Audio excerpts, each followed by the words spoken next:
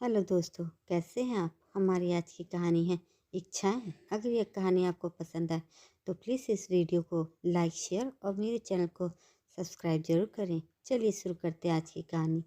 एक दिन की बात है, एक साधु गांव के बाहर वन में स्थित अपनी कुटिया की ओर जा रहा था। रास्ते में बाजार पड़ा।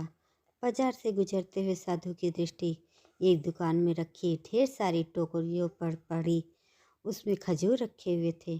खजूर देखकर साधु का मन ललचा गया। उसके मन में खजूर खाने की इच्छा जाग उठी, किंतु उस समय उसके पास पैसे नहीं थे। उसने अपनी इच्छा पर नियंत्रण रखा और कुटिया की ओर चला गया। कुटिया पहुंचने के बाद भी खजूर का विचार साधु के मन से नहीं निकल पाया। वह उसी के बारे में ही सोचता रहा। रात में वह ठीक से सो भी नहीं पाया। अगली सुबह जब वह जागा तो खजूर खाने की अपनी इच्छा की पूर्ति के लिए पैसे की व्यवस्था करने के बारे में सोचने लगा। सूखी लकड़ियां बेचकर खजूर खरीदने लायक पैसे की व्यवस्था अवश्य हो जाएगी। यह सोचकर वह जंगल में गया और सूखी लकड़ियां बीनने लगा। काफ़ी लकड़ियां एकत्रित कर लेने के बाद उसने उसका गट्ठर बनाया और उसे अपने कंधे पर लादकर बाजार की ओर चल पड़ा।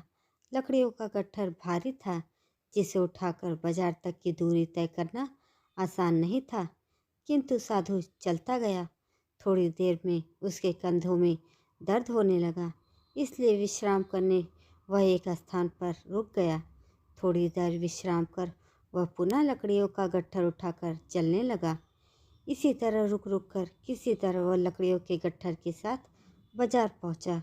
बाजार में उसने सारी लकड़ियां बेच दी। अब उसके पास इतने पैसे इकट्ठे हो गए जिससे वह खजूर खरीद सके। वह बहुत प्रसन्न हुआ और खजूर की दुकान में पहुंचा। सारे पैसों से उसने खजूर खरीद लिए और वापस अपनी कुटिया की ओर चल पड़ा।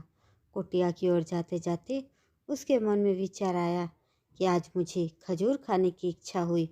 हो सकता है कल किसी और वस्तु की इच्छा हो जाए।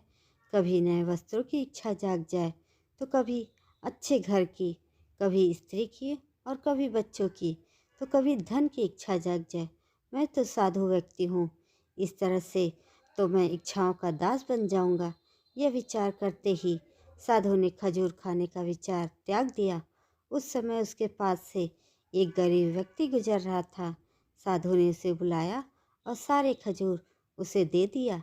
इस तरह उसने स्वयं को इच्छाओं का दास बनने से बचा लिया। दोस्तों, यदि हम अपनी इच्छाओं के आगे हार जाएंगे तो सदा के लिए अपनी इच्छाओं के दास बन जाएंगे।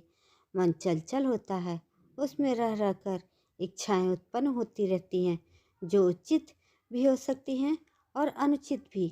ऐसे में इच्छाओं पर नियंत्रण रखना आवश्यक है। सोच विचार कर इच्छाओं का आंकलन के उपरांत ही उनकी पूर्ति के लिए कदम बढ़ाना चाहिए, तभी जीवन में सफलता प्राप्त होगी। हमें इच्छाओं का दास नहीं बनना चाहिए, बल्कि इच्छाओं को अपना दास बनाना चाहिए। दोस्तों, ये कहानी आपको कैसी लगी कमेंट करके ज़रूर बताएं और ऐसी ही अन्य कहानी के लिए मेरे चैनल को सब्सक्राइब जरूर करें। धन्यवाद।